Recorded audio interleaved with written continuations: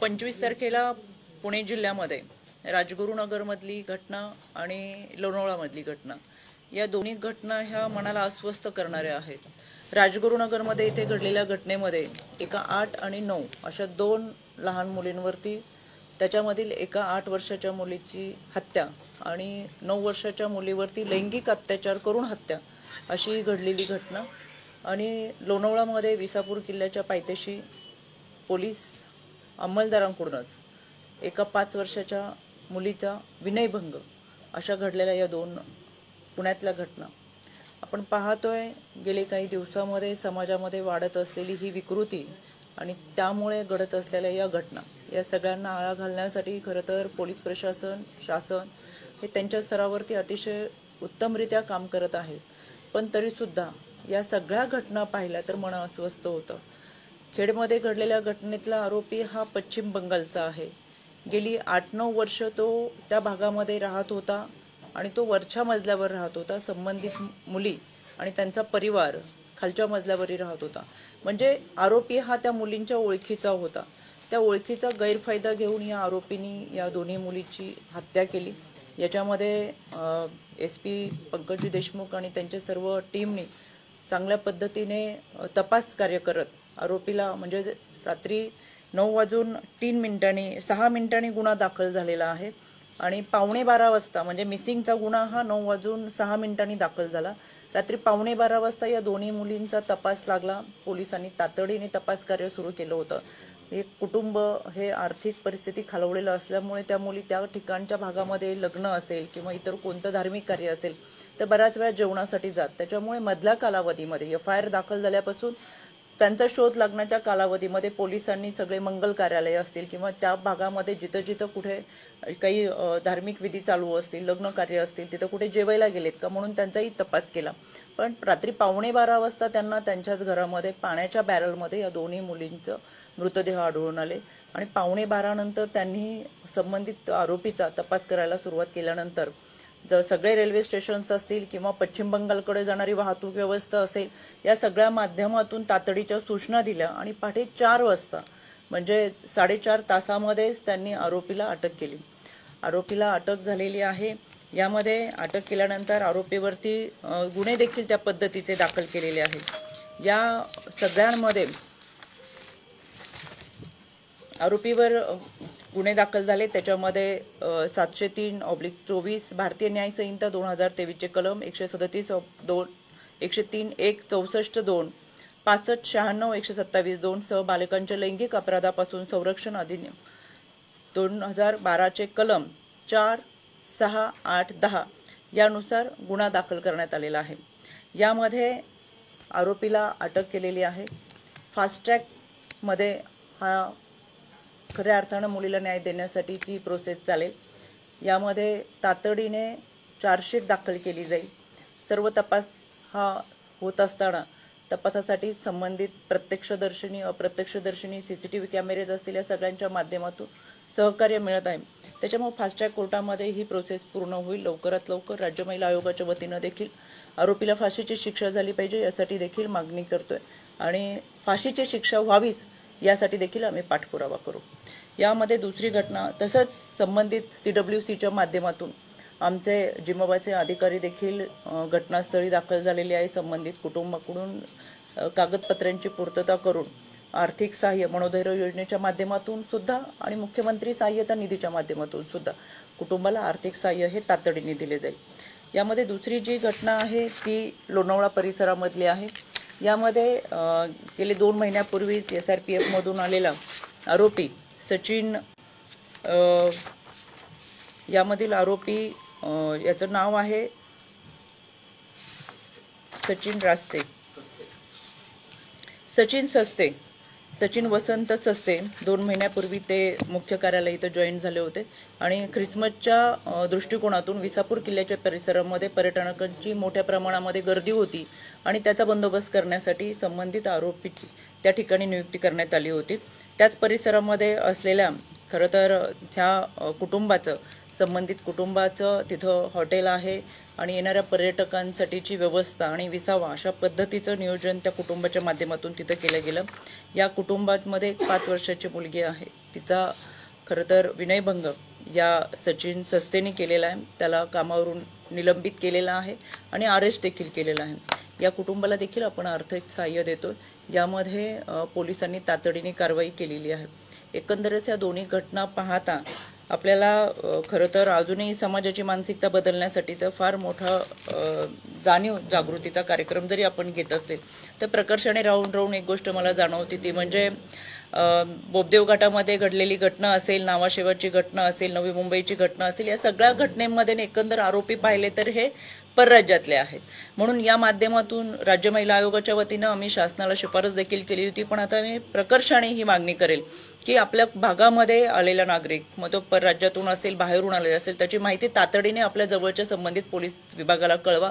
यामध्ये सोसायटीमध्ये नवीन राहायला आलेली व्यक्ती असेल, ग्रामपंचायत पंचायत समितीच्या भागामध्ये असेल, प्रभागामध्ये असेल, वॉर्डमध्ये असेल, आपल्या परिसरामध्ये कोणत्याही भागामध्ये नवीन व्यक्ती बाहेरून राहायला आलीस तर त्याची माहिती ही पोलीस स्टेशनला असली पाहिजे।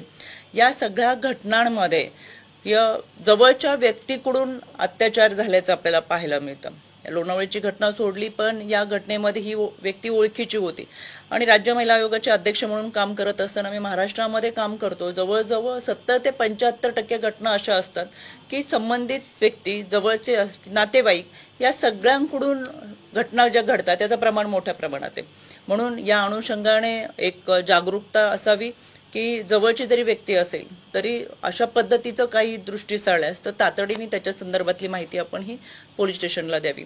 आम्ही खेड राजगुरुनगर भागामध्ये त्या मुली दोन्ही ज्या शाळेमध्ये होत्या तिथली सुद्धा माहिती गोळा करतोय। त्या शाळेमध्ये जात होत्या का, रेग्युलर जात होत्या का, नव्हत्या जात, शाळेमध्ये तशा पद्धतीचं प्रशिक्षण होतं का, पण आर्थिक कुटुंबाचा स्तर हा खालवलेला असल्याने त्या कुटुंबाची आर्थिक व्यवस्था आणि त्या अनुषंगाने खरं तर शाळेत कदाचित त्या रेग्युलर नसतील जात तर ही माहिती त्या पोलीस स्टेशनपर्यंत कळत नसेल।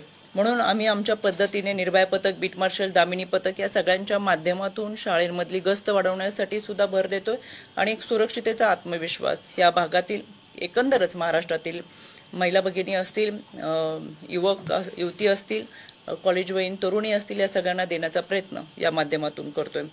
गेल्या 1 जुलैपासून खरं तर केंद्र शासनाने भारतीय न्याय संहिता असेल, त्याचबरोबर भारतीय साक्ष संहिता आणि भारतीय नागरिक सुरक्षा संहिता ह्या 3 कायद्यांची अंमलबजावणी केली आणि अतिशय कठोर अशी ही अंमलबजावणी ही पीडितेला तातडीने न्याय देत असताना आरोपीला शिक्षा व्हावी कायद्याच्या चौकटीतून ही प्रक्रिया होत असताना BNS मध्ये क्रमांक 5 प्रकरण आहे, ज्यामध्ये बालक आणि महिलांवरील अत्याचाराच्या संदर्भात कठोर कारवाई केलेली आहे आणि म्हणून मला असं वाटतं BNSच्या अंतर्गत हे सगळे गुन्हे दाखल झालेले आहे आणि या गुन्हे दाखल होत असताना आरोपीला कठोर शिक्षा होईल। लोणावळ्याच्या घटनेच्या संदर्भात सुद्धा आणि राजगुरुनगरच्या घटनेच्या संदर्भात सुद्धा राज्य महिला आयोगाच्या वतीनं आम्ही त्याचा पाठपुरावा करूच। या अगोदर देखील कोल्हापूरच्या खोची गावात जी अत्याचाराची घटना घडली त्यातल्या आरोपीलाही फाशीची शिक्षा सुनावली गेली होती। कोथरूडची घटना असेल, त्याचबरोबर मावळमधली कातकरी समाजाची घटना असेल, या तिन्ही घटना, ज्या 2 घटना ह्या पुणे ग्रामीण मधल्या आहेत, यामध्ये सुद्धा आयोगाने पाठपुरावा केला होता। फास्ट ट्रॅकमध्ये ह्या केसेस चालल्या होत्या आणि यामध्ये आरोपीला फाशीची शिक्षा व्हावी अशी मागणी केली आणि ती पूर्ण देखील केली। नंतरचा भाग वेगळा होता की दयेचा अर्जाची मागणी करणं आणि त्या प्रक्रियेतून जाणं, पण एकंदरच घटना घडू नये यासाठी पोलीस देखील सतर्क आहेत आणि या भागामध्ये, राजगुरुनगरच्या भागामध्ये पेट्रोलियमची जास्तीची व्यवस्था ही कालपासून करण्यात आलेली आहे। मी उद्या स्वतः खेडमध्ये संबंधित घटनास्थळी भेट देणार आहे।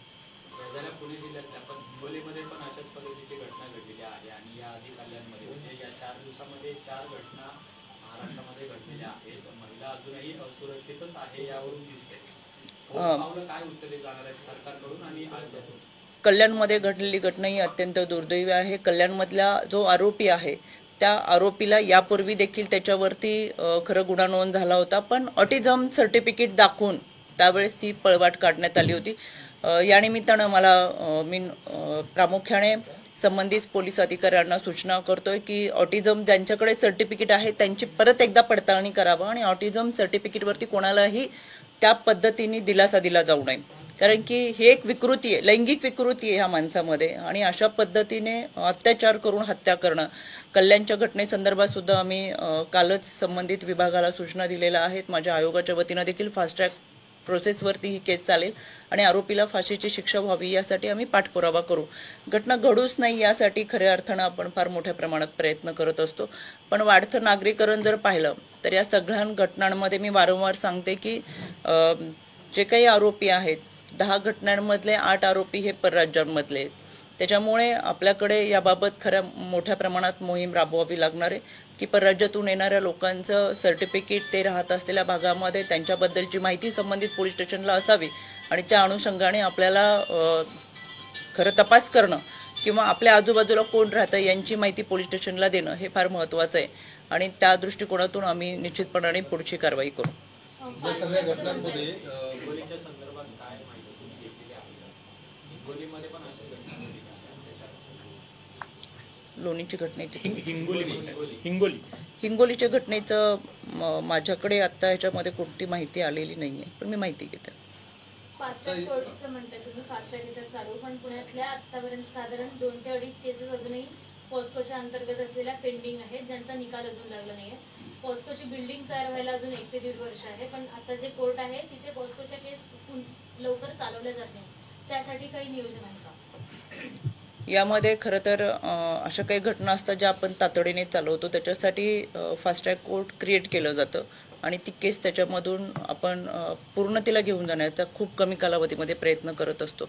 मी स्वतः संपूर्ण राज्यामध्ये दौरा करत असताना आत्ताच मी 5 दिवसाचा रत्नागिरी, सिंधुदुर्ग असेल, कोल्हापूर, सांगली असा दौरा केला आणि यामध्ये सगळ्या घटनांची माहिती घेतो. तातडी निकाल देण्याची प्रक्रिया आम्ही आमच्या माध्यमातून करत असतो. यामध्ये ज्या काही घटना प्रलंबित राहिलेल्या आहेत त्या लवकरात लवकर निकालात काढण्याचा प्रयत्न हा आमच्या माध्यमातून आम्ही करतोय.